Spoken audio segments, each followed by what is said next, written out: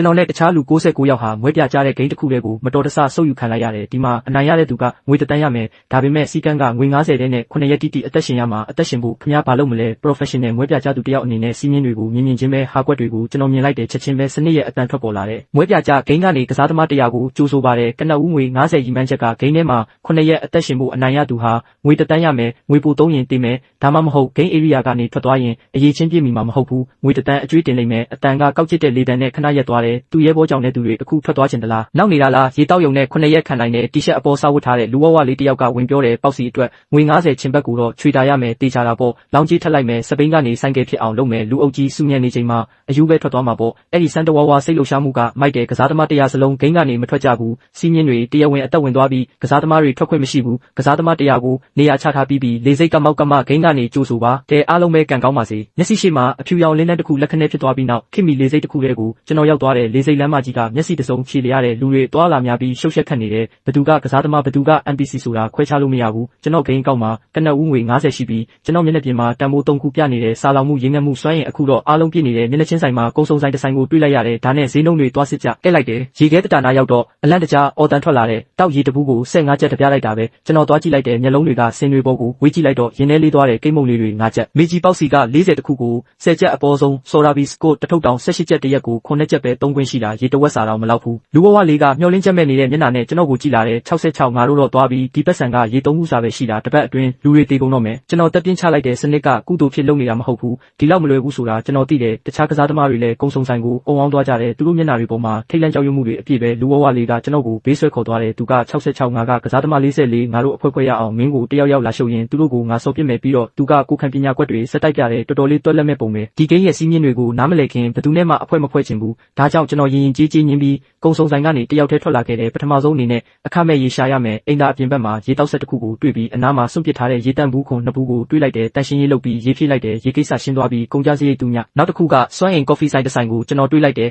အချို့မုတ်စင်ပေါ်မှာတကြားထုတ်တွေခရင်ပန်ခွက်တွေနဲ့တကြားညိုထုတ်တွေတိတိချာချာစီထားတဲ့တကြားကအလွန်အရေးကြီးတဲ့စွမ်းအင်အရင်းမြစ်ပဲတကြားထုတ်တွေကတွေးချိုကြတာကိုကာကွယ်ဖို့အရေးပေါ်အချိန်မှာအသုံးဝင်နိုင်တယ်ကျွန်တော်အမူအရာမပြတ်ချောချောမွေ့မွေ့နဲ့အိမ်မှာပစ္စည်းယူသလိုတဘာဝကြကြရှောက်သွားလိုက်တယ်တကြားဆက်နှစ်ထုတ်လောက်နဲ့ခရင်ခွက်နည်းနည်းကျွန်တော်အိတ်ကက်ထဲချက်ချင်းရောက်သွားတယ်အားလုံးပေါင်းမှ2စက္ကန့်တောင်မကြဘူးပြီးတော့ကော်ဖီဆိုင်ထဲကနေအေးအေးဆေးဆေးပဲထွက်လာခဲ့တယ်လူသူကင်းမဲ့တဲ့နေရာတစ်ခုကိုကျွန်တော်ရှောက်သွားလိုက်တယ်တကြားနှစ်ထုတ်ကိုဖောက်ပြီးပါဇက်ထဲတန်းလောင်းထည့်လိုက်တယ်အီလေလေအချိုတက်ကပါဇက်ထဲချက်ချင်းပြန့်နှံ့သွားပြီးခဏတာကျဉ်းနှံ့မှုကိုဖြစ်စေတယ်တကြားရပြီးကုန်ကြစရိတ်တူညလေစိတ်လေးပေးဆက်ကအပြည့်ဖွင့်ထားတဲ့ရေခဲတတာတဲ့ရောက်နေတယ်လို့ပဲစနစ်ကတမင်တက်လောက်တာဖြစ်နိုင်တယ်ပိုအေးလေစွမ်းရင်ပိုမြင်းမြန်းလောင်ကျွမ်းလေပဲပြီးတော့ကျွန်တော်ရဲ့ပါလွာတဲ့အဝတ်စားတွေကအေးတံကိုလုံးဝမကာကွယ်နိုင်ဘူးလှုပ်ရှားနေမှပဲနွေးနွေးထွေးထွေးနေနိုင်မယ်လေရင်ပေါ်ကဆင်းပြီးတယောက်ယောက်အမိုက်ပုံနဲ့လွှင့်ပစ်ခဲ့တဲ့ဆောင်းတစ်ထည်ကိုတွေးလိုက်တဲ့အချိန်တွေကုန်လွန်လာတာနဲ့အမျှစားလောင်မှုကပိုဆိုးလာတယ်ည8နာရီမှာမုတ်တိုက်တစ်ခုဘက်ကိုရောက်သွားတယ်မှန်ပြခန်းထဲကမယောင်းရသေးတဲ့ပေါင်မုတ်တွေကဆွဲဆောင်မှုရှိတဲ့ရနံ့တွေထွက်နေတယ်ဘိုက်ထဲကနေကျဲလောင်တဲ့အတန်မြည်လာတယ်ဆင်းရဲသားတယောက်ရဲ့ထက်မြက်တဲ့အလိုလျောက်သိစိတ်ရအခုဆိုပေါင်မုတ်တွေဈေးလျှော့တင်ပြီဆိုတာကျွန်တော်သိတယ်မူလက30တန်းနဲ့ပေါင်မုတ်ကအခု15ချက်ပဲရှိတော့တယ်ဒါပေမဲ့မလုံလောက်သေးဘူးအမြေးရောက်တဲ့အချိန်မှာဈေးပိုလျှော့နိုင်တယ်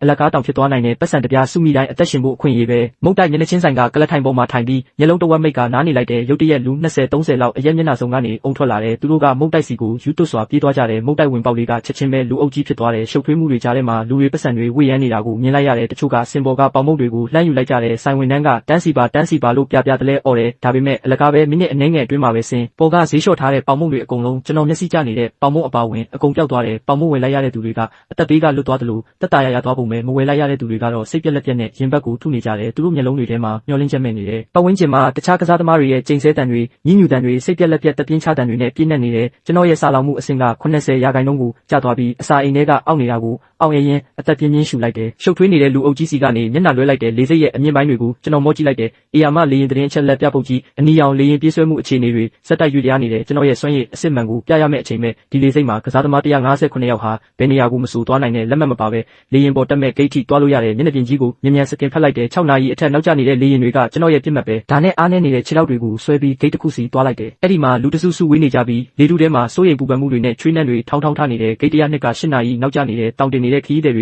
ကမြေပြင်ဝန်ထမ်းကိုဝိုင်းထားကြတယ်မြေပြင်ဝန်ထမ်းကမင်းကလေးတယောက်သူမမျက်နှာကနေရဲနေတဲ့ခရီးသည်တွေကသူမမျက်နှာပေါ်ကိုတွေဆင်အောင်အော်ဟစ်နေကြတယ်ခင်ဗျားတို့လေကြောင်းလိုင်းကအတုံးမကျဘူးလားကျွန်တော်ကလေးပိုက်စာနေပြီးကလေးတွေကိုဂရုမစိုက်ဘူးလားဘာမှမလုပ်ပြီးတော့ဘူးလားရော်ကြီးပေးငါပတ်စံအခုပြန်ပေးရှုပ်ထွေးနေတယ်မြရင်ကွင်းဖြစ်ပြီးမြေပြင်ဝန်ထမ်းကောင်မလေးရဲ့အတန်ကစူညံတန်တွေကြားထဲပျောက်နေတယ်သူမကငိုလူမတက်ပြရခတ်နေတယ်ဒါဟာအခွင့်အရေးတစ်ခုပဲဆိုတာကျွန်တော်ရုတ်တရက်သဘောပေါက်လိုက်တယ်လူအုပ်ကြီးရဲ့အလဲဗဟိုကိုအစွမ်းကုန်တိုးဝင်သွားလိုက်တယ်မြေပြင်ဝန်ထမ်းကောင်မလေးရှိမှတိတ်လေးရက်လိုက်တယ်ပြီးတော့အတန်ကုန်អော်လိုက်တယ်ရုတ်တရက်အပြောင်းလဲကြောင့်လူအုပ်ကြီးလန့်သွားတယ်ငိုနေတဲ့ကလေးကိုချီထားတဲ့မိခင်ကိုလက်ညှိုးထိုးပြလိုက်တယ်ခီးတဲ့အားလုံးကိုကျွန်တော်ပြောလိုက်တယ်ကြည်စံကလေးဘလို့ငိုနေလဲကြည့်လိုက်အော်ဟစ်နေလို့ကောဘာထူးမှလဲအဲ့ဒီလိုလှုပ်လို့လေရင်ကထွက်မှလားလေချောင်းလိုင်းကမှားတယ်သူတို့တာဝန်ယူရမယ်ဒါပေမဲ့အခုချိန်မှာကျွန်တော်တို့အလိုအပ်ဆုံးကဘာလဲအစားအစာခွန်အားမွေးဖို့အနားယူစရာနေရာအသေးလဲရန်ဖြစ်နေလို့မရဘူးပြိုလဲတော့မဲ့မြေပြင်ဝန်ထမ်းကောင်မလေးပတ်လှည့်လိုက်တယ်ကျွန်တော်စကားကိုခက်မြန်ပဲပြောလိုက်တယ်လူတိုင်းကစိတ်လှုပ်ရှားနေတယ်အရေးတကြီးလုပ်ရမှာကခရီးသည်တွေကိုငြိမ်အောင်လုပ်ဖို့ပဲအစားအသောက်လက်မှတ်တွေဟိုတယ်လက်မှတ်တွေချက်ချင်းထုတ်ပေးအားလုံးကိုအရင်စားခိုင်းပြီးနေရာချပေးလိုက်မဟုတ်ရင်ပောက်ကွဲလိမ့်မယ်မင်းဖြေရှင်းနိုင်လို့လားအစားအသောက်လက်မှတ်တွေနဲ့ဟိုတယ်လက်မှတ်တွေပေးလို့ရတယ်ဆိုတာကျွန်မပြောနေတာပဲသူတို့ကမလို့ချင်ကြတာလို့သူမကမတရားခံရတဲ့မျက်နှာနဲ့ပြောတယ်အားလုံး boarding pass တွေနဲ့တန်းစီပြီးလာယူကြပါတယ်ဒီလိုအချိန်မှာလှုပ်ထုံးလုံနည်းတွေလုံနေတုံးလားလို့ကျွန်တော်ဖြတ်ပြောလိုက်တယ်ကလေးချီထားတဲ့မိခင်ကိုလက်ညှိုးထိုးပြလိုက်တယ်ဒီအမေဘလောက်ပင်ပန်းနေလဲကြည့်လိုက်ကလေးကိုချီထားတာ8နာရီရှိပြီးမင်းရဲ့စားတောက်ခွင့်လက်မှတ်အတွက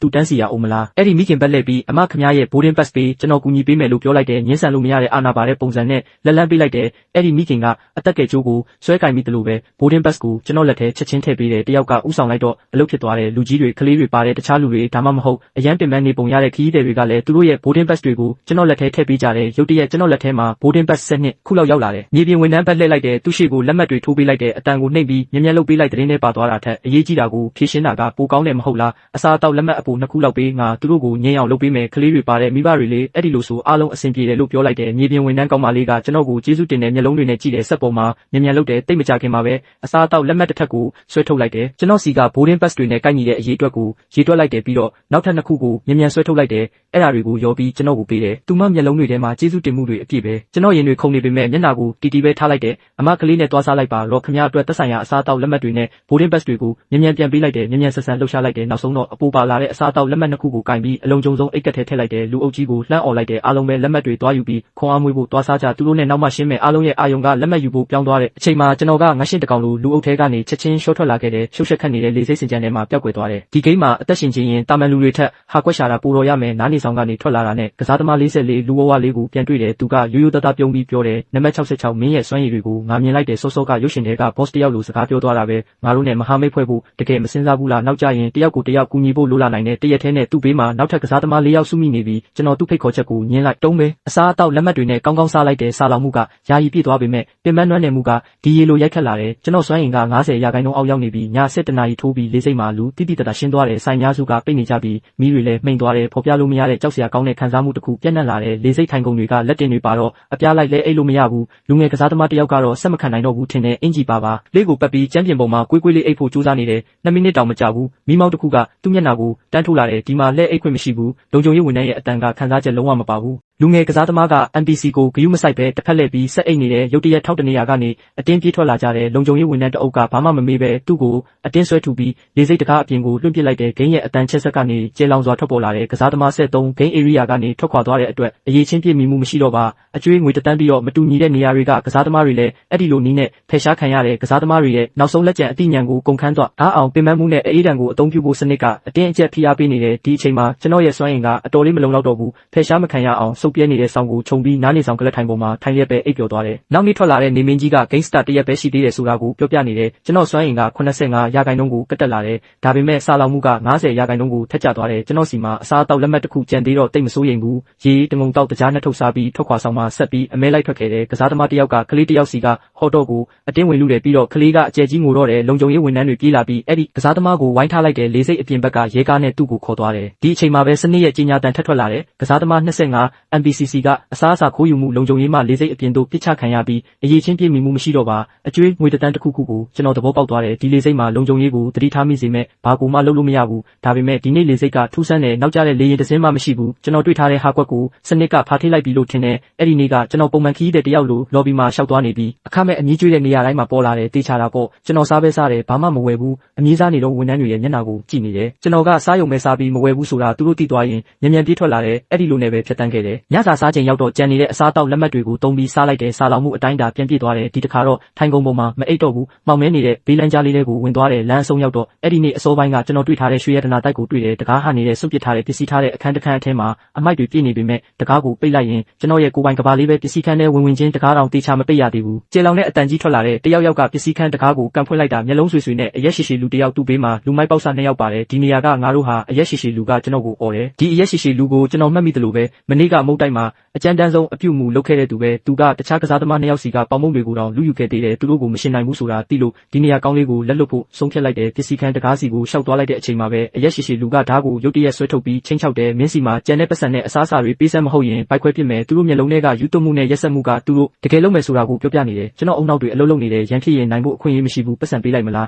အဲ့ဒါကဖယ်ရှားခံရတာနဲ့အတူတူပဲငွေတန်းကျွေးကရောဘုတ်ရမလဲတတွေးကိုခက်ခက်ခဲခဲမျိုးချပြီးပြောလိုက်တယ်အကိုတေချာစကားပြောရအောင်လူတွေကိုတပြတိုက်ရင်စနစ်ကမင်းကိုထုတ်ပစ်လိုက်မယ်အလကားစကားတွေမြန်မြန်လုပ်တနေကုန်အချိန်မရှိဘူးသူကခလုံးနေတာကိုကျွန်တော်လေပင်းစီနောက်တစ်လက်မလောက်ဖထောက်လိုက်တယ်အရှုံးပေးပါတယ်ကျွန်တော်အကောင့်ထဲကငွေ90ကိုသူ့စီချက်ချင်းလွှဲပေးလိုက်တယ်ဒီဂိမ်းမှာအသက်ရှင်နိုင်မှသာအဲ့ဒီငွေတန်းကိုရနိုင်မှာမဟုတ်လားအရက်ရှိလူကပတ်စံကိုယူပြီးကျွန်တော်ကိုတွန်းထုတ်လိုက်တယ်သူတို့တကားပိတ်လိုက်တယ်အထဲကနေကျေနပ်နေတဲ့အတန်တွေကြားရတယ်ပြောင်ပြောင်တင်းတင်းတပြတိုက်တာတော်တော်အလုပ်ဖြစ်တာပဲပတ်စံခိုးရင်ဖယ်ရှားမခံရဘူးလို့သူပြောပြတာကျေးဇူးပဲအခုပတ်စံပြတ်သွားမှာကိုစိတ်ပူစရာမလိုတော့ဘူးဒီကောင်ကဘသူအကြောင်းပြောနေတာလဲ NPC တွေကိုတပြတိုက်လို့မရဘူးဒါပေမဲ့တခြားကစားသမားတွေကိုတပြတိုက်တာတက်တာတောင်ရတယ်ပေါ့သူကဂိမ်းစီးမြင့်တွေကိုအကုန်သိနေတယ်ဒုတိယနေ့ပဲရှိသေးတယ်ကျွန်တော်ရဲ့နောက်ဆုံးငွေ90ဆုံးရှုံးသွားပြီးပတ်စံမရှိအစားအစာမရှိဒီမှာပဲတေးရတော့မလားမကြခင်မှာပဲဂိမ်းကတရားမျှတက်လာတဲ့တယောက်ကအမည်မသိអော်လိုက်ပြန်တဲ့အဲ3အပိုင်း A ကမုတ်တိုက်ကိုတွားတီမှာပေါင်မုတ်တဝက်စေးပဲပစ္စည်းခန်းတကားပွင့်လာတဲ့အရက်ရှိလူကသူ့တပည့်တွေနဲ့ထွက်လာတယ်ကျွန်တော်ဘေးကိုကပြကြရပုံလိုက်တယ်သူတို့ကိုနောက်ယောင်ခံလိုက်တယ်ကုံစုံဆိုင်စီကိုတွားကြတယ်အဲ့ဒီ3ယောက်ကလူထားတဲ့ပတ်စံတွေအကုန်သုံးပြီးစော်လာပြီးစကွတ်တွေဝယ်တယ်ငွေပေးချေမှုအောင်မြင်သွားတာနဲ့ဂိမ်းစနစ်ကအတန်ချက်ဆက်ကနေကြီးညာတယ်ကစားသမား9ကစားသမား49ကစားသမား60တို့ဒီငွေပိုသုံးဆွဲမှုကြောင့်အရေးချင်းပြည့်မိမှုမရှိတော့ပါအကျွေးငွေတန်းတင်ရှိပါသည်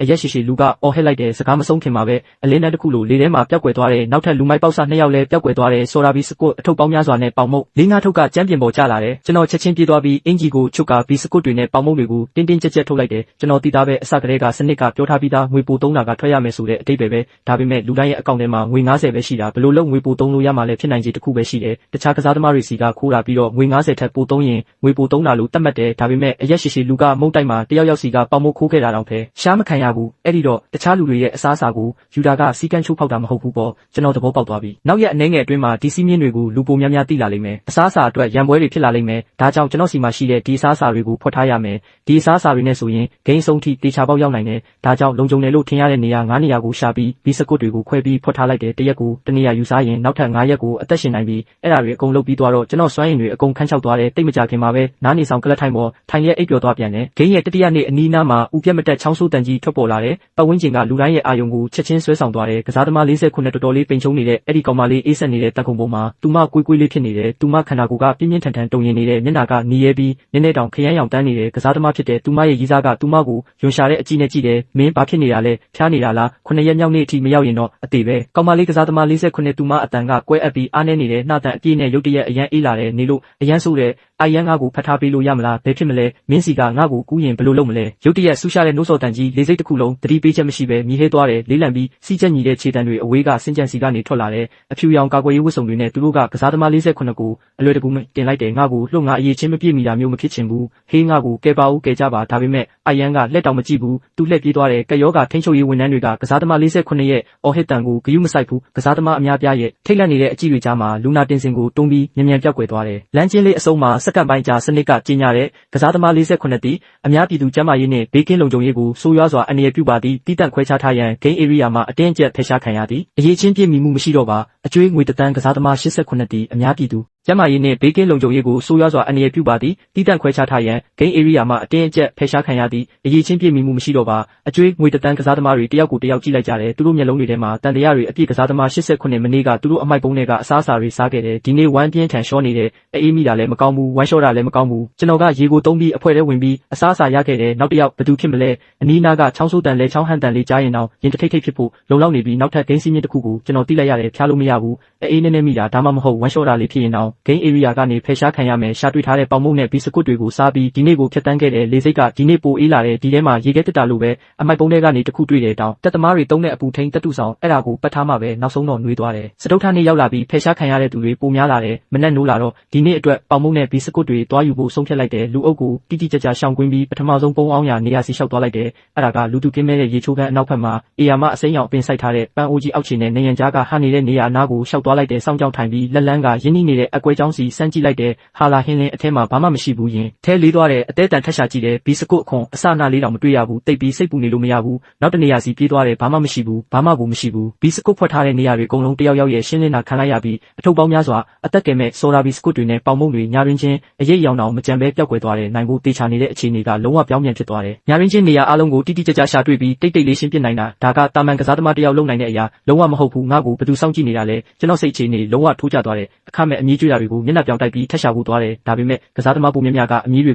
ုလူနေကြပြီးဈေးတယ်တွေကလည်းတတိထားနေကြပြီးအမြည်အစားအစာတွေအကုန်ဖွက်ထားတဲ့ကော်ဖီဆိုင်ကအချိုမုတ်စင်တောင်ဟာလာဟင်းလင်းဖြစ်နေပြီးတကြားထုတ်တွေအကုန်လုံးဝန်ထမ်းတွေတိမ့်သွားအားပြီးအမိုက်ပုံးတွေကစစ်မြေပြင်ဖြစ်လာတယ်ဝမ်းလျှော့မဲ့အန်ရယ်ကိုမမှုပဲအမိုက်ပုံးနဲ့အစားအစာရှာနေတဲ့ကစားသမားတွေအများကြီးရှိသေးတယ်ကျွန်တော်သွားကြည့်တော့အစားအစာအကျွင်းကြံလေးတောင်မတွေ့ရဘူးအဲ့ဒီလိုနဲ့ပဲည10နာရီထိုးသွားတယ်ကျွန်တော်အခြေအနေပြကိန်းကနန်းတွေအကုန်အနီရောင်လင်းနေပြီးလေးစိတ်ထဲကစိန်ခံပစ္စည်းဆိုင်တွေတန်းစီနေတဲ့ဘက်ကိုသွားလိုက်တယ်တခြားကစားသမားတွေကတီးတိုးပြောနေကြတယ်အဲ့ဒီလူတေချာပေါက်ဖယ်ရှားခံရတော့မယ်စိန်ခံဆိုင်တွေစီသွားပြီးသူဘာလို့မလို့လဲစိန်ခံဆိုင်တွေနဲ့မနီးမဝေးအမိုက်ပုံးတွေနားမှာစွန့်ပစ်ထားတဲ့အိတ်တွေဘူးခွန်ချို့ကိုတွေ့တယ်ခီးတဲ့အတော်များများကအခွန်ရှောင်မှုလေးစိတ်ကမထွက်ခင်ဘူးခွန်တွေကိုလွှတ်ပစ်လေးရှိကြတယ်ပုံစံအကောင်းဆုံးအိတ်ထဲကိုဘူးခွန်တွေတေချာထည့်ပြီးလက်ကကင်ထားလိုက်တယ်ပထမထက်ထွက်ခွာဆောင်ကိုမစင်းခင်ကင်းထောက်ရင်းဟော့ပေါ်ဆိုင်တစ်ဆိုင်ဖွင့်ထားတာတွေ့လိုက်တယ်ဒါကြောင့်အနားယူဖို့နေရာအခမဲ့နဲ့အစားအစာအခမဲ့ရအောင်တွားလို့တော့မယ်လေးလံနဲ့မှန်တကားကိုတွန်းဖွင့်လိုက်တယ်အမဲစီဟင်းရည်ရဲ့နှွေးထွေးမှုနဲ့ရနံ့ကမျက်နှာကိုလာရိုက်ခတ်တဲ့ချိုတာတဲ့အပြုံးနဲ့စပွဲထိုးကောင်မလေးတယောက်ပြေးလာပြီးနှုတ်ဆက်တယ်ကြိုးဆိုပါတယ်ဘယ်နှစ်ယောက်လဲရှင်းနှစ်ယောက်ကင်လာတဲ့ထင်ရှားတဲ့စိန်ခံအိတ်ကိုဘေးကခုံပေါ်ပေါ့ပပပဲတင်လိုက်တယ်ကျွန်တော်အတန်ကသတိထားမိဖို့ခက်တဲ့အရှာရှာလေးတန်လေးပါနေတယ်တိတ်ဆိတ်တဲ့နေရာတစ်ခုရှာပေးစပွဲထိုးနှစ်ယောက်လုံးကျွန်တော်လက်ထဲကအိတ်တွေကိုကြည့်နေကြတယ်သူတို့အပြုံးတွေပိုကျလာတယ်ဒီဘက်ကိုကြွားပါ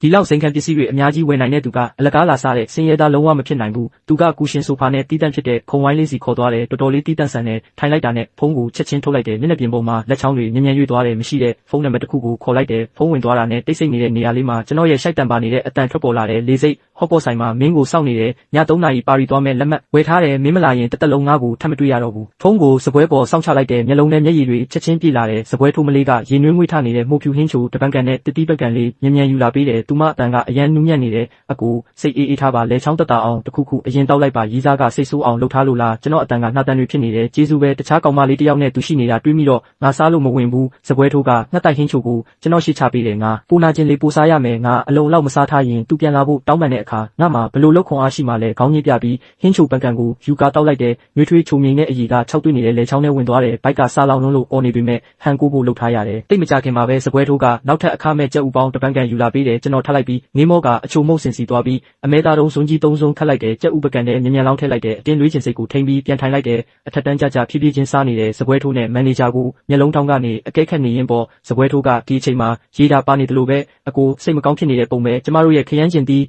ဟင်းချိုအစ်စ်ကိုမြည်ကြည့်ပါလားချိုချင်ရတာလေးအရန်ကရင်းတွေ့စီတယ်ဒီလိုနဲ့ဆွဲဆောင်မှုရှိတဲ့ခရမ်းကျင်တီးဟင်းချိုတပန်းကန်ကျွန်တော်ရှေ့ရောက်လာပြန်တယ်အစာပြေမုတ်လေးတွေလည်းယူလာပေးမယ်နော်အခမဲ့အာလူကျော်တပန်းကန်ရောက်လာတယ်စပွဲထိုးကထက်ရောက်လာပြန်တယ်သူတို့မျက်လုံးတွေထဲမှာဆက်စုချင်စိတ်နဲ့တနာတဲ့စိတ်တွေအပြည့်သူတို့ကကျွန်တော်ထက်တောင်ပိုဆိုးရိမ်နေပုံပဲခေါင်းထဲမှာအချက်ပေးခေါင်းလောင်းတွေမြည်လာတယ်သူတို့မေးခွန်းတွေအရန်မေးနေတဲ့အခြေအနေကိုချက်ချင်းပြောင်းလိုက်တယ်မျက်လုံးနဲ့မျက်ရည်တွေထပ်ပြေးလာတယ်မျောလင်းချက်မဲ့နေတဲ့အတန်နဲ့တုံတုံရင်ရင်ပြောလိုက်တယ်သူတကယ်ပဲငါ့ကိုမလို့ချင်တော့ဘူးလားတကယ်တော့ကျွန်တော်ထွက်သွားဖို့အစီအစဉ်မရှိဘူးအခြေအနေနဲ့လိုက်ဖက်အောင်ခေါင်းကိုငုံလိုက်တယ်ပခုံးတွေပြင်းပြင်းထန်ထန်တုံလာတယ်အိုမငိုပါနဲ့စပွဲထိုးကပြားရခတ်သွားတယ်အေယာမဝက်ဝင်ရုပ်ကြီးတရုပ်ချက်ချင်းယူလာပြီးကျွန်တော်ရင်ခွင်ထဲထည့်ပေးတယ်သူကအကိုအနားမှာနေပါစေအကိုကအရန်ချော့တာပဲသူတေချာပေါက်နောင်တရမှာပါဒီအချိန်မှာကျွန်တော်ကအမွေးပေါ်ဝက်ဝင်ရုပ်ကြီးကိုဖတ်ထားတယ်စွမ်းရင်တွေကုန်ခန်းနေပြီးအနားယူရမယ်2နာရီအတွက်ဖုန်းတုံခါမှုတန်ကိုတိတ်တိတ်လေးပေးထားလိုက်တယ်ပြီးတော့ပင်ပန်းနွဲ့နေစွာနဲ့နူးညံ့တဲ့ဆိုဖာပေါ်မှာဝက်ဝင်ရုပ်ကြီးနဲ့အတူကွေးကွေးလေးအိတ်လိုက်တယ်မျက်လုံးတွေကိုမိတ်လိုက်တယ်သတိမလစ်ခင်ဖယ်ရှားမခံရဘူးဆူတောင်းလိုက်တယ်ဘလောက်ကြာအိပ်ပျော်သွားလဲမသိဘူးစပွဲထိုးတယောက်ကရုတ်တရက်လာနှိုးတယ်အကိုလေရင်ထွက်တော့မှမဟုတ်ဘူးလားအဲ့ဒီအချိန်မှာပဲကျွန်တော်ဖုန်းကအယူမူတုံခါလာတယ်ပေးထားတဲ့ဖုန်းခေါ်တဲ့သူကိုတော့မကြည့်ပဲဖုန်းကိုကောက်ကင်လိုက်တယ်ပြင်ဆင်ထားတဲ့စကားလုံးတွေကိုဖုန်းထဲအော်ပြောလိုက်တယ်ဟော့ပေါ်ဆိုင်မှာမင်းကိုစောင့်နေတာ4နာရီရှိပြီမလာသေးဘူးလားအဲ့ဒီကောင်ကတကယ်ပဲအဲ့ဒီလောက်အရေးကြီးနေလားငါသွားတော့မယ်တကယ်သွားတော့မယ်ငါ့ကိုလာတွေးလို့မရဘူးလားဖုန်းချလိုက်တယ်ဝက်ဝင်ရုပ်ကြီးရဲ့ရင်ခွင်ထဲမျက်နှာအပ်လိုက်တယ်တခြားသူတွေအမြင်မှာတော့ကျွန်တော်တိတ်တိတ်လေးငိုနေတယ်လို့ပဲမန်နေဂျာကလမ်းလျှောက်တာရက်သွားတယ်သူခေါင်းခါပြတယ်စပွဲထိုးမလေးကကျင်နာနာနဲ့စောင့်တထဲလာပေးတယ်ဆိုဖာကြီးပေါ်မှာတညလုံးအိတ်လိုက်တယ်နောက်နေ့မနက်စောစောထွက်သွားဖို့ပြင်နေတော့စပွဲထိုးကပဲနို့ဆန်ပြုံးနဲ့လက်ဖက်ရည်ကျက်ဦးအခမဲ့တောင်ယူလာပေးသေးတယ်သူတို့မျက်လုံးတွေထဲမှာအားပေးမှုတွေအပြည့် အားတင်းထားပါအကိုအမိုက်တွေကိုစွန့်ပစ်လိုက်ပါပိုကောင်းတဲ့သူကိုတွေ့မှာပါဘဝတစ်အတွက်ဂုံပြူပါတယ်ပတ်စံတပြားမှမတုံးထားတော့ပေးစရာမလိုတာရှင်းပါတယ်ကျေးဇူးတင်စကားတီတိုးပြောလိုက်တယ်လှည့်ပြီးမှန်တကားတွေကနေထွက်လာခဲ့တဲ့စွမ်းအင်တွေလုံးဝပြန်ပြည့်သွားပြီးစာလောင်မှုလည်းပြည့်သွားပြီးဒီနီလန်းကတော်တော်လေးအောက်တန်းကျပြီးတစ်ချိန်ပဲသုံးလို့ရပေမဲ့အဲ့ဒီဖဲချက်ကိုကျွန်တော်သုံးလိုက်ပြီးဟော့ဘော့ဆိုင်ကနေထွက်ချင်းပဲအဲ့ဒီလူမိုက်တွေနဲ့ပပင်းတိုးတော့တာပဲသူ့အဖွဲ့ကလူ20ကျော်အထိကြီးထွားနေပြီးသူတို့ဘီစကွတ်တွေဝေနေကြတယ်ဘီစကွတ်အခွန်တွေကိုမြင်တော့ကျွန်တော်ခေါင်းထဲပောက်ကွဲသွားတယ်အဲ့ဒါကျွန်တော်ပျောက်သွားတဲ့ဘီစကွတ်တွေအထုပ်တိုင်းရဲ့ထောက်တနေရာကိုတမင်းတက်ဆုပ်ထားတာအမတ်သားလှုပ်ထားတာဒေါသတကြီးရှောက်သွားလိုက်တယ်ငါဘာမှမလိုချင်ဘူးမင်းတို့ငါဘီစကွတ်တက်တွေခိုးတာလားဟေးစိတ်မဆိုးပါနဲ့ငါအဖွဲ့ထဲဝင်ဖို့အရင်ကတည်းကပြောသားပဲမင်းကနားမထောင်တာဘီစကွတ်တွေပြန်ပေးငါအဖွဲ့သားတွေကိုကြည့်လိုက်သူတို့ကပြန်ပေးချင်ပါမလားပို့လူမိုက်ကသူ့နောက်ကလောဘတွေအပြည့်နဲ့မျက်လုံး20ကျော်ကိုလက်ညှိုးထိုးပြတယ်သူပေးတဲ့ဘီစကွတ်ကိုယူလိုက်တယ်နောက်တလန်းဆုပ်ပြီးပြောလိုက်တယ်အခုငါမင်းတို့အဖွဲ့ထဲဝင်လို့ရသေးလားနောက်ကျသွားပြီးနံပါတ်66ဝူချီက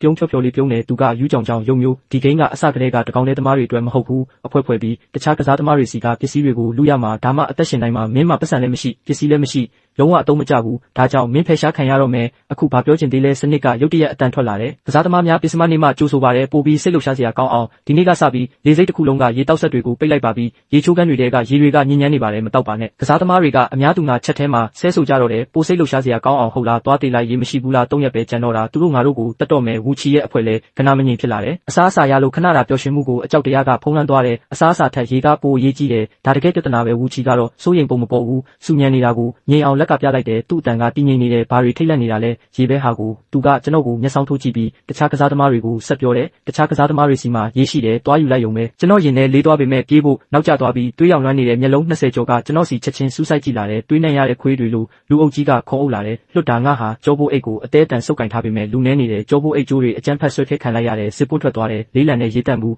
နှစ်ဖူးအကျန်းဖက်လူယူခံလိုက်ရတယ်ကြံနေတဲ့တကြားထုတ်အနှဲငယ်ကျန်းပြင်ပေါ်ပြန့်ကျသွားတယ်အဲ့ဒါတွေကိုချက်ချင်းလူယူသွားကြတယ်တွန်းခံရပြကျန်းပြင်ပေါ်လဲကျသွားတယ်အရှက်မရှိတဲ့ကောင်ကအေးဆက်ဆက်နဲ့ပြောတယ်မင်းအသက်ကိုမယူတာကလုံလောက်အောင်တနာရကြနေပြီးထွက်သွားစမ်းခုံထပြီးပြေးတယ်ပုံဖို့မဟုတ်ဘူးရေသွားရှာဖို့အဲ့ဒီရေကိုရအောင်ယူရမယ်ဘာဖြစ်နေလဲဆိုတာတခြားသူတွေမသိခင်အဲ့ဒီကိုအရောက်သွားရမယ်အဲ့ဒီနေရာကိုရောက်ရမယ်အရေးစွန့်ပစ်တဲ့နေရာလေစိတ်လုံခြုံရေးစီးမြင်လုံခြုံရေးစစ်ဆေးတဲ့နေရာမှာမီလီလီတာ100ထက်ကြီးတဲ့ဘူးတွေနဲ့အရေးယူဆောင်ခွင့်မရှိဘူးလူတွေကသူတို့ရဲ့ရေတန့်ဘူးတွေအချိုရည်တွေတတိဖြော်ရည်တွေကိုအဲ့ဒီအရာမှာအမိုက်ပုံးတွေဒါမှမဟုတ်စူဆောင်းတဲ့ပုံးတွေတဲကိုပြစ်ထက်လေးရှိတယ်အခုချိန်မှာလေစိတ်စင်ကြံပြည်တွင်းထွက်ခွာလုံချလုံရေးစစ်ဆေးရေးကိန်းမှာလူတဝက်လောက်မြင့်တဲ့အကြီးအောင်ပလတ်စတစ်ပုံး3ခုတန်းစီနေတယ်အဲ့ဒါတွေကအကြီးကြီးတွေတောက်လက်စတွေနဲ့မဖောက်ရသေးတဲ့ရေတန့်ဘူးတွေအပြည့်ပဲအနားမှာယူနီဖောင်းဝတ်ထားတဲ့ NPC လုံခြုံရေးဝန်ထမ်း2ယောက်ရက်နေတယ်အမိုက်ပုံးနဲ့မွေနောက်တာလုပ်လို့မရဘူးအဲ့ဒါကဖြစ်လာမှာမဟုတ်ဘူးနှိုးဆော်တန်တွေမြည်လာလိမ့်မယ်ထက်ဆောင်လို့မရတော့ဘူးဒီအခွင့်အရေးကမျက်စိတမိတ်တွင်ပြက်ကွယ်သွားလိမ့်မယ်ကျွန်တော်မျက်နှာကယူသွတ်နေတဲ့ပုံစံဖြစ်သွားတယ်လုံခြုံရေးစစ်ဆေးရေးကိစ္စခက်မြက်မြက်ရှောက်သွားလိုက်တယ်လေဝင်ပေါက်တွေကိုဓာတ်ရိုက်ပြစ်မှတ်ထားလိုက်တယ်တစိမ့်လောက်ကြားရလားကျွန်တော်အတန်ကအကွဲနေတယ်ငိုလူမတက်ပဲတန်းစီဆောင်နေတဲ့လူအုပ်ကြားတဲ့အတင်းတိုးဝင်သွားတဲ့လုံခြုံရေးဝန်ထမ်းရဲ့အာယုံဆိုင်မှုကိုအောင်မြင်စွာရလိုက်တယ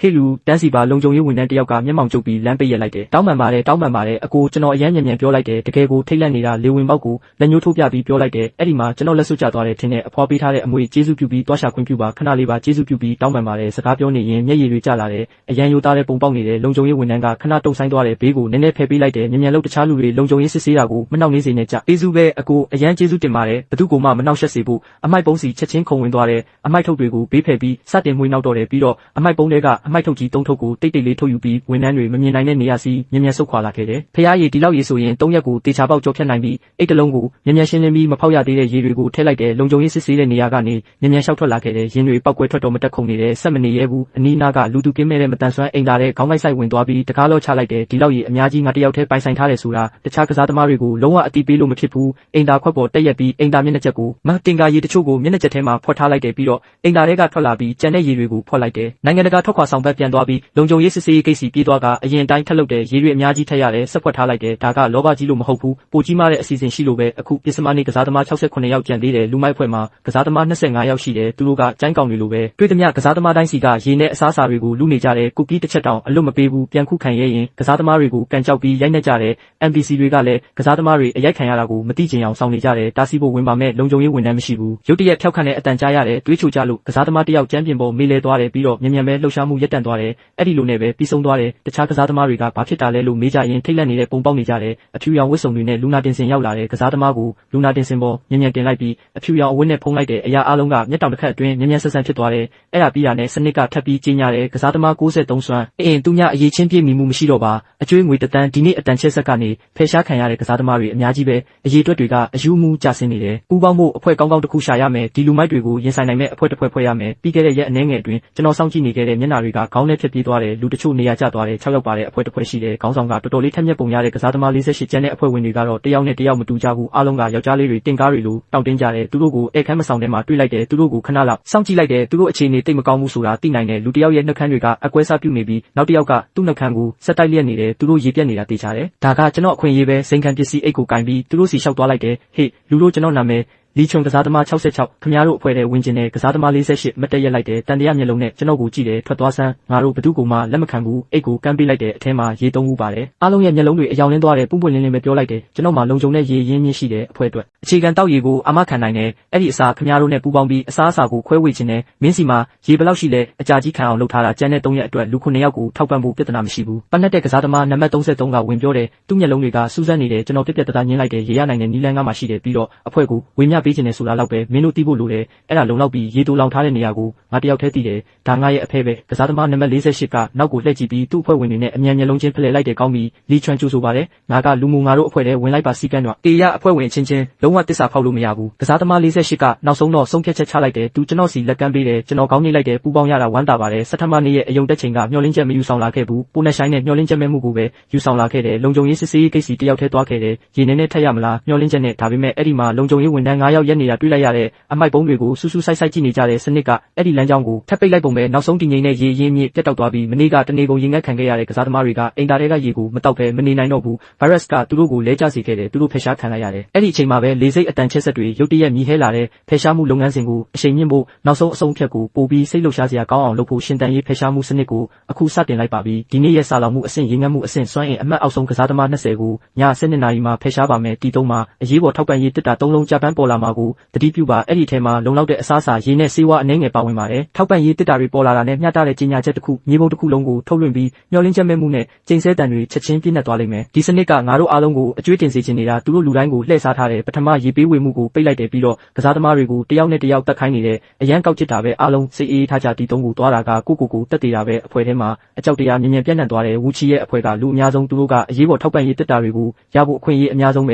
လူ45ယောက်ပဲကျန်တော့တယ်ဝူချီကနေရာ25နေရာကိုထိန်းချုပ်ထားတယ်ဆိုလိုတာကကျန်တဲ့လူ20ဟာသူတို့ရဲ့ကိန်းဂဏန်းတွေအံ့ဖွယ်နည်းနဲ့မတက်လာဘူးဆိုရင်တကောင်ရံမှာအစုလိုက်ပြုံလိုက်ဖယ်ရှားခံရမယ်ကဘာပြက်ကိန်းနဲ့ရင်ဆိုင်နေရပြီးအဲ့ဒီအချက်မရှိတဲ့လူတွေကိုအရေးပေါ်ထောက်ပံ့ရေးတစ်တာတွေလုံးဝပေးယူလို့မဖြစ်ဘူးလူမိုရဲ့အကြီးကကျွန်တော်စီကြားရောက်လာတဲ့အဲ့ဒီဒီလိုလမ်းပိတ်နေတဲ့အခြေအနေမှာစင်ရဲသားတယောက်ကဘလို့အခြေအနေကိုပြောင်းပြန်လမ်းမလဲပြောပြဆန်းမွဲပြကြသူတယောက်ရဲ့ရှင်တန်ကြီးကထိတ်တက်ရင်ဆိုင်တာလုံးဝမဟုတ်ဘူးဟာကွက်တွေကိုအတုံးချတာအားနည်းချက်တွေကိုရှာဖွေတာနဲ့ရှုပ်ထွေးမှုတွေဖန်တီးတာပဲရှုံးနေခြင်းရဲ့မေယိုတဲကနေအောင်ပွဲကိုဆွဲထုတ်တာပဲပထမဆုံးအရေးပေါ်ထောက်ပံ့ရေးတစ်တာပေါ်လာပြီးဝန်ထမ်းသားနေခန့်အဆင့် BT3 ထင်တဲ့အတိုင်းပဲအဝေးကခြေတံတွေနဲ့အတူဝူချီရဲ့အဖွဲ့က T3 စီကိုအုပ်စုကြီးနဲ့ချီတက်သွားကြတယ်လူမိုကသူ့အဖွဲ့ကိုဥဆောင်တော့မလို့သူတို့ကိုအရင်ရောက်ခွင့်မပေးနဲ့နေဦးကျွန်တော်သူ့ကိုဆွဲထားလိုက်တဲ့နေရာကဝန်ထမ်းသားနေခန့်အဲ့ဒီနေရာကဘာကိုဆိုလို့လဲသိလားကျွန်တော်ခဏရက်လိုက်တဲ့ပထမဆုံးအရေးပေါ်တစ်တာကတေချာပေါက်ထောင်ချောက်ပဲအရင်ဆုံးရောက်တဲ့သူကိုဖယ်ရှားလိုက်မယ်စနစ်ကကျဆင်းနေတယ်အခမဲ့ရေတောက်ဆက်သူတို့ကအမိုက်ပုံးတွေနားမှာလုံခြုံရေးတွေချထားတယ်သူတို့က NPC စီးမြင့်တွေကိုစက်တိုက်တင်းကျပ်နေတယ်အဲ့ဒါတွေကိုဖီဆန်လို့မရဘူးဒီမိရထားဝန်ထမ်း area ကကန့်သက်ဆုံးပဲတာမန်ကစားသမားတွေဝင်လို့မရဘူးအတင်းဝင်ဖို့စူးစမ်းရင်စနစ်ကတေချာပေါက်တရားမဝင်ဝင်ရောက်မှုလို့တတ်မှတ်လိုက်မယ်ချက်ချင်းဖယ်ရှားခံရမယ်ဝူချီကလူတွေကိုအတင်းဝင်ခိုင်းမလားသူအဲ့ဒီလိုလုပ်မယ်မထင်ဘူးအေဂျာနဲ့ရှောင်းမင်းကိုကင်းထောက်ဖို့လွတ်လိုက်တယ်သူတို့သတင်းပြန်ပို့တယ်ဝူချီကထင်တဲ့အတိုင်းပဲသူ့အဖွဲ့ဝင်တွေကိုကန့်သက်ဆုံးနဲ့မလွတ်ဘူး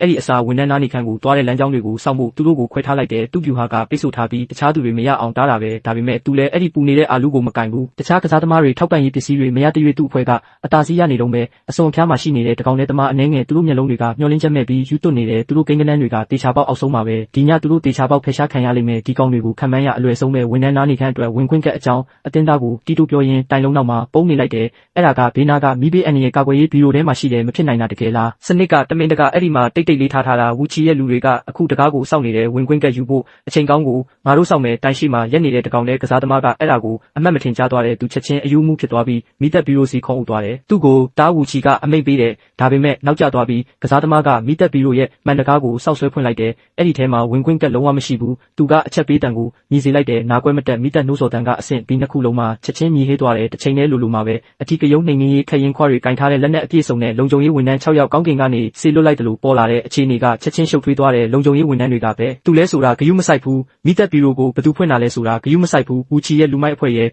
မိသက်ဘီရိုဖွင့်တဲ့ကစားသမားရဲ့အားလုံးအထီးကယုံနှိမ်နှင်းရေးခရင်ခွာတွေနဲ့အထိုးခံရပြီးအနှင်ထုတ်ခံရတယ်ဝူချီချက်ချင်းလူ လူ9ယောက်ဆုံးရှုံးသွားတဲ့အဖွဲ့မှာလူ20ပဲကျန်တော့တယ်သူတို့ထောက်ပံ့ရေးတစ်တာမရဘူးလက်ပလာနဲ့ပြန်လာရတယ်ဒီအချိန်မှာဒုတိယထောက်ပံ့ရေးတစ်တာဖွင့်လာတယ်ဒုတိယအရေးပေါ်ထောက်ပံ့ရေးတစ်တာအသစ်ပေါ်လာပြီးတီ3ရဲ့ L3 ထက်က VIP နားနေခန်းအဝင်ပေါက်မှာ VIP နားနေခန်းအဝင်ပေါက်မှာတီးတက်အကျိုးတွေနဲ့ဝန်ဆောင်မှုဝန်ထမ်းတွေရှိတတ်တဲ့ပတ်ဝန်းကျင်ကပိုးအထက်တန်းကြပြီးလုံခြုံရေးလည်းပိုတင်းကျပ်တဲ့အဝေးကနေစောင့်ကြည့်နေတဲ့ L3 VIP area ကိုတွားတဲ့တက်လေကားကိုအဲ့ဒီလူမိုက်တွေစောင့်နေကြတယ်ပြီးတော့ VIP နားနေခန်းဧည့်ခန်းကကော်ဖီစားပွဲပေါ်မှာအဲ့ဒီငွေရောင်ထောက်ပံ့ရေးတစ်တာကတကယ်မျက်စိကျစရာပဲဘယ်လိုလုပ်မလဲဒီတစ်ခါအနာကပ်ဖို့တောင်ခက်လိမ့်မယ်လူဝဝလေးကစိုးရိမ်တကြီးပြောတယ်ကျွန်တော်ဖုန်းကိုလူဝဝလေးစီကမ်းပေးလိုက်တယ်ဒါကိုပျောက်ဆုံးပစ္စည်းဌာနကိုယူသွားလို့ပြောလိုက်တယ်မင်းရဲ့ပစ္စည်းကိုပျောက်ဆုံးပစ္စည်းဌာနကိုငါ့ကိုဘာလို့ယူသွားခိုင်းတာလဲလို့လူဝဝလေးကအံ့ဩတကြီးမေးတယ်လှုပ်တာလှုပ်ဆန်းပါလို့သူ့ကိုတိုက်တွန်းလိုက်တယ်မြန်လို့လူဝဝလေးကကျွန်တော်ဖုန်းကိုပျောက်ဆုံးပစ္စည်းဌာနကိုယူသွားတယ်နိုင်ဝက်ကြတော့ကျွန်တော်ပျောက်ဆုံးပစ္စည်းဌာနကိုသွားတယ်စိုးရိမ်နေတဲ့ပုံစံဖမ်းပြီးမေးလိုက်တယ်လေးစိတ်ထဲရှောက်သွားနေတော့ဖုန်းတစ်လုံးနဲ့ VIP နားနေခန်းကတစ်ခုပျောက်သွားလို့ပါကျွန်တော်စားစရာတစ်ခုခုရမလားလို့ VIP နားနေခန်းကိုလည်းစောင့်ကြည့်ခဲ့တယ်ဝင်သွားတဲ့ခီးသည်တွေကိုကြည့်နေတာသူတို့အားလုံးဝင်ဖို့အမဲရောင် VIP ကတစ်ခုပို့ကြတယ်ဒီလေးစိတ်ကြီးထဲမှာဘယ်သူမှ VIP ကမပြောက်ဘူးဆိုတာမယုံဘူးဝန်ထမ်းကိုကျွန်တော်ဖုန်းနဲ့ VIP ကအကြောင်းဖော်ပြလိုက်တယ်ဝန်ထမ်းကကျွန်တော်ဖုန်းနဲ့ VIP ကတစ်ခုကိုတကယ်ရှာတွေ့တယ်ဒါတွေလားဟုတ်တ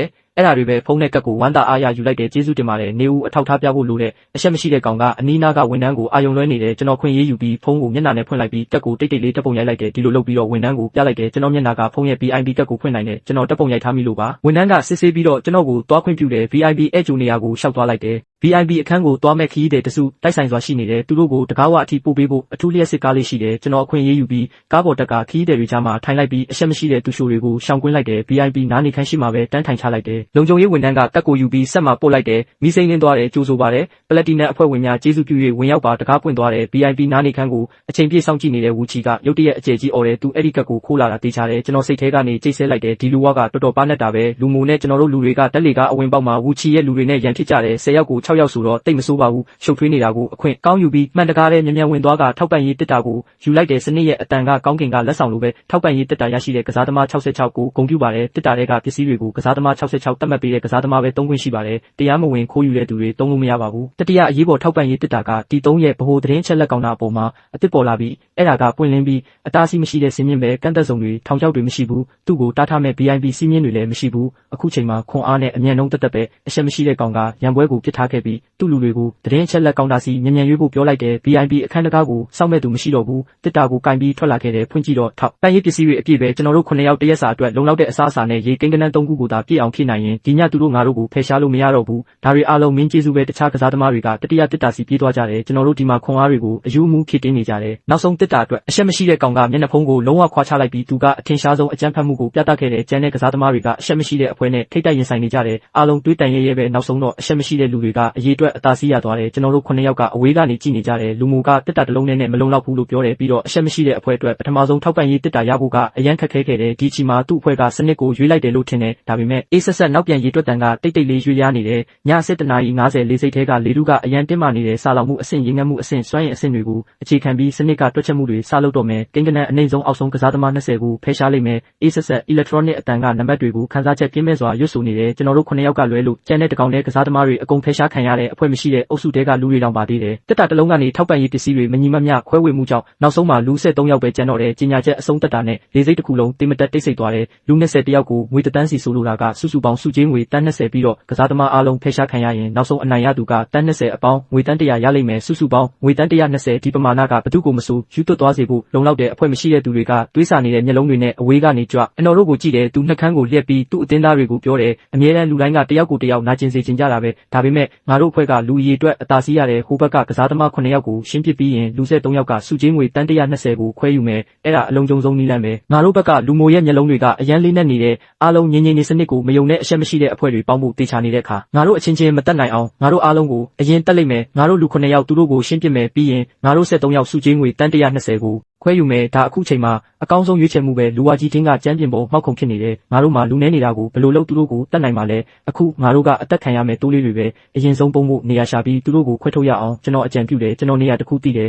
တကောင်ရန်12နာရီတိတိမှာတွေးရောင်လွှမ်းနေတဲ့24နာရီနောက်ပြန်ရေအတွက်ဆက်ကမျက်နှာပြင်ပေါ်ပေါ်လာတဲ့လေးစိတ်တစ်ခုလုံးရဲ့မီးတွေကဆူရှာတဲ့အနီရောင်ချက်ချင်းပြောင်းသွားတယ်ဆူရှာတဲ့ဟိုးစော်တန်တဲ့အတူယူသွတ်စွာလင်းလက်နေတဲ့မီးနေပေမဲ့အတန်ချက်ဆက်ကနေလာတာမဟုတ်ဘူး အဲ့ဒီအစာကျွန်တော်တို့စိတ်ထဲကိုဓာတ်ရိုက်ထိုးဖောက်ဝင်ရောက်လာတာစက္ကန့်ပိုင်းလေးအရင်ကရှုပ်ရှက်ခတ်နေတဲ့ NPC ခီးသည်တွေဝန်ထမ်းတွေလုံခြုံရေးတွေချက်ချင်းပျောက်ကွယ်သွားတယ်အေယာမတီ3လေဆိပ်ကြီးမှာကျွန်တော်တို့ကစားသမား20အတွက်ရှင်တန်လိုတဲ့အလိုလျောက်တိစိတ်ပဲကျန်တော့တယ်အကြောက်တရားကလွှမ်းမိုးသွားပြီးကျွန်တော်တို့9ယောက်ထွက်ပြေးကြတယ်ဓာတ်လီကားတဲ့ဝင်ချင်းတကားပိတ်ခတ်လို့ကိုအယူမှုနှိပ်လိုက်တယ်ဝူချီရဲ့ရက်ဆက်တဲ့မျက်နှာရှိမှာပဲဓာတ်လီကားတကားတွေပိတ်သွားတယ်သူတို့ကိုလွတ်မခံတဲ့သူတို့ကိုဖယ်ရှားပစ်ပတ်စံကငါတို့ဟာဓာတ်လီကားကအောက်ကိုထိုးဆင်းသွားပြီးမြေအောက်ကားပါကင်ကိုရောက်သွားတဲ့ဓာတ်စီနဲ့ဖုံမုံတွေရောနေတဲ့ဆူဆွတ်တဲ့လေကမျက်နှာကိုလာလိုက်တယ်လန့်သွားတဲ့ကြွက်တွေလိုချက်ချင်းလူစုခွဲလိုက်ပြီးတယောက်ချင်းစီပုံးစရာနေရာရှာကြတယ်ကျွန်တော်တို့ပုံးပြီးတာနဲ့ချက်ချင်းလိုပဲဝူချီနဲ့သူ့လူတွေကအရေးပေါ်လှေကားကနေကားပါကင်နဲ့ပြေးဝင်လာကြတယ်ကစားသမား20အေယာမကားပါကင်ကြီးထဲမှာပုံးနေကြတယ်ဒီအခြေအနေကိုအချိန်ဆွဲထားနိုင်တဲ့၍ငါမှရှင်တန်နိုင်မဲ့အခွင့်အရေးရှိသေးတယ်အေးဆက်ဆက်ကြောက်တုံးတုံးလိုအသက်အောင်ထားပြီးကျမ်းပြင်းတဲ့ကက်ကကားအောက်ကကျင်းမြောင်းတဲ့အကွဲကြောင်းကနေအပြင်ကိုလှမ်းကြည့်နေတဲ့ကစားသမားနံပါတ်9အသက်ခံရတယ်လူသက်သမားရဲ့အကောင့်နဲ့ငွေတန်းလွှဲပေးလိုက်တယ်ဘယ်ကောင်လောက်တာလဲသူ့ကိုဖမ်းငါတို့တဲကတယောက်လာပြီးတော့ရန်ဖြစ်တန်တွေပြန်ကြားရပြီးလူဝဝလေးရဲ့တနာစရာအော်တန်တွေမကြခင်မှာပဲလူဝဝလေးဖယ်ရှားခံရတဲ့သတင်းကားပါကင်ထဲမှာကစားသမားတွေပြန်ကျဲနေတဲ့ရန်ခံရန်ခါအော်တန်တွေကြီးညာချက်တွေကကစားသမားတွေဖယ်ရှားခံရကြောင်းစက်တိုက်ကြီးညာနေတဲ့နံပါတ်20တကသူတို့လူအချင်းချင်းဖယ်ရှားတာခံလိုက်ရတဲ့အခြေအနေပိုဆိုးလာတဲ့ကစားသမားတွေကြားမှာတန်တရားတွေအပြည့်ပဲယုံကြည်မှုတွေပြိုလဲနေပြီးအမည်မသိလူရဲ့ကြီးညာချက်ထပ်ပေါ်လာပြန်တဲ့ဝူချီကိုလာတက်ကြသူကစုကြီးငွေတန်း200ကင်ထားတဲ့နောက်ဆုံးချန်ပီယံဖယ်ရှားခံရပြီးသူကတန်း200ကိုခွဲယူတော့မယ်ဒီသတင်းကကားပါကင်ကိုချက်ချင်းပောက်ကွဲသွားစေတယ်ဘာဝူချီကနောက်ဆုံးချန်ပီယံလားဒါကြောင့်သူဒီလောက်တမန်နေတာကိုတော့ငါတို့အယူလောက်ခံလိုက်ရပြီးကပြနေတဲ့သူကကမန်းကရန်ရှင်းပြတယ်အဲ့ဒီအမည်မသိကောင်ရဲ့အတိတ်ပဲမရှိတဲ့စကားတွေကိုနားမထောင်နဲ့မင်းတို့လိုပဲငါလည်းဒီကိုပထမဆုံးအကြိမ်ရောက်ဖူးတာဒါပေမဲ့ဘယ်သူမှသူ့ကိုမယုံတော့ဘူးဒီလောက်ကြီးမားတဲ့စုငွေနဲ့ရင်ဆိုင်ရတဲ့အခါအတိညာဏ်ကချက်ချင်းပြိုလဲသွားတယ်သူ့ကိုဓာတ်နဲ့ထိုးပြီးအဲ့ဒီတန်း200တကယ်ဟုတ်မဟုတ်ကြည့်ရအောင်သူ့ကိုဖမ်းအရှုပ်ထွေးကြီးထပ်ဖြစ်ပြန်ပြီးဒီတခါလူတိုင်းဒေါသထွက်နေကြပြီးဒန္နာကြီးလာစုချင်းငွေတန်း200အတွက်ယူသွတ်စွာတိုက်ခိုက်နေကြတဲ့ရှုပ်ထွေးနေတာကိုအခွင့်ကောင်းယူပြီးတော့မခတ်ထားတဲ့ SUV တစည်းကိုရှာတွေ့ကအထဲကိုတိတ်လေးဝင်သွားတယ်ကားနောက်ဖုံးနဲ့တိတ်လေးတွားဝင်လိုက်တယ်မှောင်မဲနေတဲ့နေရာလေးထဲမှာခန္ဓာကိုယ်ကိုဘောလုံးလေးလိုကွေးထားလိုက်တယ်ကားနောက်ဖုံးအကွဲကြောင်းကနေအပြင်ဘက်ကအော်တန်တွေနဲ့စနစ်ကြီးညာချက်တွေကိုနားထောင်နေတဲ့အချိန်တွေကတစ်စက္ကန့်ပြီးတစ်စက္ကန့်ကုန်တော့ဟန်သွားတယ်အပြင်ဘက်ကအတန်တွေတဖြည်းဖြည်းနဲလာပြီးတစ်ချိန်မှာတော့ကားပါကင်တစ်ခုလုံးလုံးဝတိတ်ဆိတ်သွားတယ်အကွဲကြောင်းကနေတတိထားပြီးအပြင်ကိုချောင်းကြည့်လိုက်တဲ့နေရာတိုင်းမှာအပြက်စီးတွေကိုပဲမြင်ရတယ်အဲ့ဒီအချိန်မှာပဲရင်းနှီးတဲ့အတန်တစ်ခုထွက်ပေါ်လာတယ်လီချွန်မင်းပင်မှာလဲအဲ့ဒါလူမိုရဲ့အတန်ဝူချီကိုငါဖမ်းထားတယ်မြန်မြန်ထွက်ခဲ့ငါတို့အတူတူသူ့ကိုတက်လို့ရတယ်ပြီးရင်တန်း200ကိုငါတို့ခွဲယူလို့ရတဲ့အကွဲကြောင်းကနေလူမိုဝူချီကိုကျိုးတုံနေတာမြင်လိုက်ရတယ်အသက်ကိုအောင့်ထားလိုက်တယ်သူ့ကိုမထူးရဲဘူးသူကျွန်တော်ကားဘေးကဖြတ်သွားတယ်စိတ်ထဲကနေတက်တာရသွားတယ်နောက်စက္ကန့်မှာပဲကားနောက်ဖုံးမှာဖွင့်ခံလိုက်ရတယ်မျက်စိကျိမ်းမတက်အနီအောင်လင်းတန်းချက်ချင်းဝင်လာတယ်ကောမင်းဒီမာကိုငါမင်းကိုနေရာအနှက်ရှာနေတာတူတူပုံတန်းဂိမ်းပြီးသွားပြီးနံပါတ်66လူမိုရဲ့အတန်မှာယွန်စရာကောင်းတဲ့လှောင်ပြောင်မှုတွေပါနေတယ်အေးဆက်တဲ့အကြောက်တရားကရင်ဘက်ကိုချက်ချင်းဆုပ်ကင်လိုက်တယ်လူမိုကျွန်တော်ကိုတင်းကျပ်စွာဆွဲကင်လိုက်တယ်ကားနောက်ဖုံးထဲကနေအတင်းဆွဲထုတ်လိုက်တယ်တော်မင်းတို့ကပူပေါင်းကြံစီနေတာကိုလိုက်ဖမ်းနေဆိုတာတွေအဖွဲ့ချင်းတိုက်ခိုက်တယ်ဆိုတာတွေအကုန်လုံးမင်းတို့ဟန်ဆောင်ထားတဲ့ပြဿနာတွေပဲရည်ရွယ်ချက်ကစီးမြင့်တွေကိုတုံးပြီးသူတစ်ပါးလက်နဲ့လူတက်ဖို့အနှောက်အယှက်ဖြစ်တဲ့ကစားသမားအားလုံးကိုဖယ်ရှားဖို့ပဲနောက်ဆုံးမှာစုချင်းငွေအကုန်လုံးခွဲယူဖို့မင်းတို့2ယောက်ပဲကျန်တော့တယ်မင်းကဂိမ်းစီးမြင့်တွေကိုရင်းနှီးတယ်အမည်မသိနာမည်တွေတုံးပြီးကစားသမားတွေကိုတပြားတိုင်းငွေပို့တုံးအောင်လမ်းကြောင်းပေးတယ်ပြီးတော့မင်းတို့အကျိုးမြတ်ကိုယူတယ်နောက်ဆုံးနေ့ကတေချာပေါက်တွေးထွက်တန်ယူဖြစ်မယ်ဆိုတာမင်းသိတယ်ဒါကြောင့်ဝူချီကအစကတည်းကအဖွဲခဲ့တယ်ပြီးတော့နောက်ဆုံးနေ့မှာအဖွဲနှစ်ဖွဲ့အချင်းချင်းတက်နိုင်အောင်လူမိုကတမင်တက်ဝူချီရဲ့စန့်ကျင်ဘက်မှာရက်တည်ခဲ့တယ်မင်းတို့အကျိုးမြတ်ရသွားပြီလူမိုရဲ့မျက်နှာမှာနောက်ပြောင်တဲ့အပြုံးတစ်ခုရှိနေတဲ့ဝူချီမင်းအရန်ပါနဲ့တဲ့ပြီးခဲ့တဲ့ရက်အနေငယ်အတွက်ကျေးဇူးပဲဝူချီနောက်ဆုံးတော့စိတ်မရှိတော့ဘူးဒေါသတကြီးအော်တယ်လွတ်ဆန်းအဖိုးကြီးဘာလို့သူ့နဲ့ပူပေါင်းနေမှလဲသူ့ကိုရှင်းလိုက်လို့ကအေးဆက်ဆက်အကြီးနဲ့ကြည့်တယ်သူလွတ်ဖို့ပြောတာကိုဂယုမဆိုင်ဘူးမင်းနောက်နေတာလားတန်းတစ်ထောင်ကိုလူ2ယောက်ခွဲယူရမှာလားတယောက်တည်းအကုန်ယူရတဲ့လောက်ဘယ်ချိုမြင်မလဲပြီးတော့မင်းအရင်ချီကရထားတဲ့တန်း2000ကိုငါ့ကိုပေးတဲ့ဒဲလီပြီးတော့တစ်ချက်တည်းနဲ့သူ့ကိုမေးလဲသွားအောင်လုပ်လိုက်တယ်လောက်ကလှောင်ပြုံးလိုက်တယ်မင်းကိုပြောဖို့မေ့သွားတာနောက်ဆုံးကအမည်မသိ message ငါပို့လိုက်တာကစားသမား44ဖယ်ရှားခံရပြီး bonus ကြီးညာချက်ကစားသမား44ကအရင်ချီကချန်ပီယံစုဆောင်းငွေတန်း2000မူဆိုးရဲ့အကောင့်ကိုလွှဲပေးလိုက်ပြီးအဲ့ဒီအချိန်မှာလောက်ကသူ့ရဲ့လူယူထားတဲ့ပစ္စည်းတွေကိုသဘောကျနေတဲ့အခုချိန်မှာလောက်ရဲ့မျက်နှာကိုသပင်ဖြန်းစေးအပြင်းစားအကုန်ပန်းထည့်လိုက်တယ်စိတ်ကပ်နေတဲ့သပင်ဖြန်းစေးအများကြီးလောက်ရဲ့မျက်နှာကိုတန်းဝင်သွားတဲ့လောက်စီကနေတွေးပြက်စရာအော်တန်ကြီးထွက်လာတယ်မျက်နှာကိုအုပ်ပြီးနောက်ဆုတ်သွားတယ်နာကျင်လွန်းလို့ခါကိုင်းသွားတယ်ကားမောင်းသူနေရာစီကပ်ပြသွားလိုက်တယ်ပုံနေကလေးကကားနောက်ဖုံးတော့မခတ်ထားတာရဲ့ကားမောင်းသူဘက်တကားတော့မခတ်ထားတာရဲ့တော့တန်းလန်းရှိနေတာရဲ့ကိုစစ်ဆေးထားပြတီတာလူမိုကအော်တယ်နံပါတ်66ငါမင်းကိုအပိုင်းခုတ်ပစ်မယ်သူနာကျင်မှုကိုဂယုမဆိုင်ဘူးဒေါသထွက်နေတဲ့ချင်းသေးတကောင်လိုရှေ့ကိုခုံအုပ်လာတယ်ဓားမြောင်ကကျွန်တော်ခေါင်းကိုရှက်သွားပြီးတားရီကားမောင်းသူထိုင်ကုန်ကိုထိုးဖောက်ဝင်သွားတယ်ကျွန်တော်လက်ချောင်းတွေ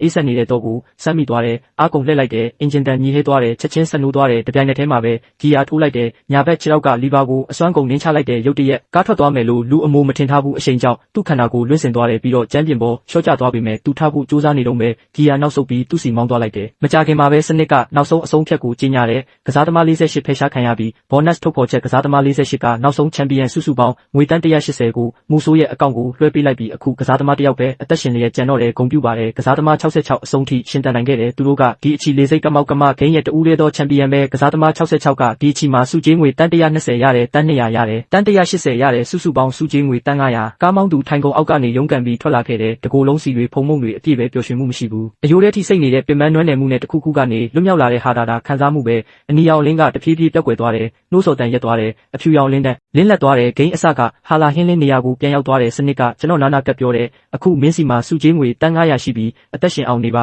ဒါပေမဲ့စီကန်းတွေရချန်ပီယံကဂိမ်းကနေထွက်ခွင့်မရှိဘူးမဟုတ်ရင်အကျွေးတန်း900တင်လိုက်မယ်အဖြူရောင်လင်းကတဖြည်းဖြည်းမေးမိန်သွားတယ်ပတ်လည်မှာလူတွေရက်နေတာကိုမြင်လိုက်ရတယ်သူတို့အားလုံးမျက်လုံးပြူနေကြတယ်ဇဝေဇဝါနဲ့မတေချာမရေရပဲပတ်ဝန်းကျင်ကိုကြည့်နေကြတယ်စနစ်စင်းရဲမွေးတေမှုဂိမ်းကနေကစားသမားများကိုကြိုးဆိုပါတယ်ကနဦးဂိမ်းရန်ပုံငွေ50ရှင်တန်ရေးရီမန်းချက်ဂိမ်းထဲမှာ9ရက်အသက်ရှင်ပါစုကြီးငွေတန်းကိုရယူပါအနိုင်ရသူကစုကြီးငွေတန်းရပါမယ်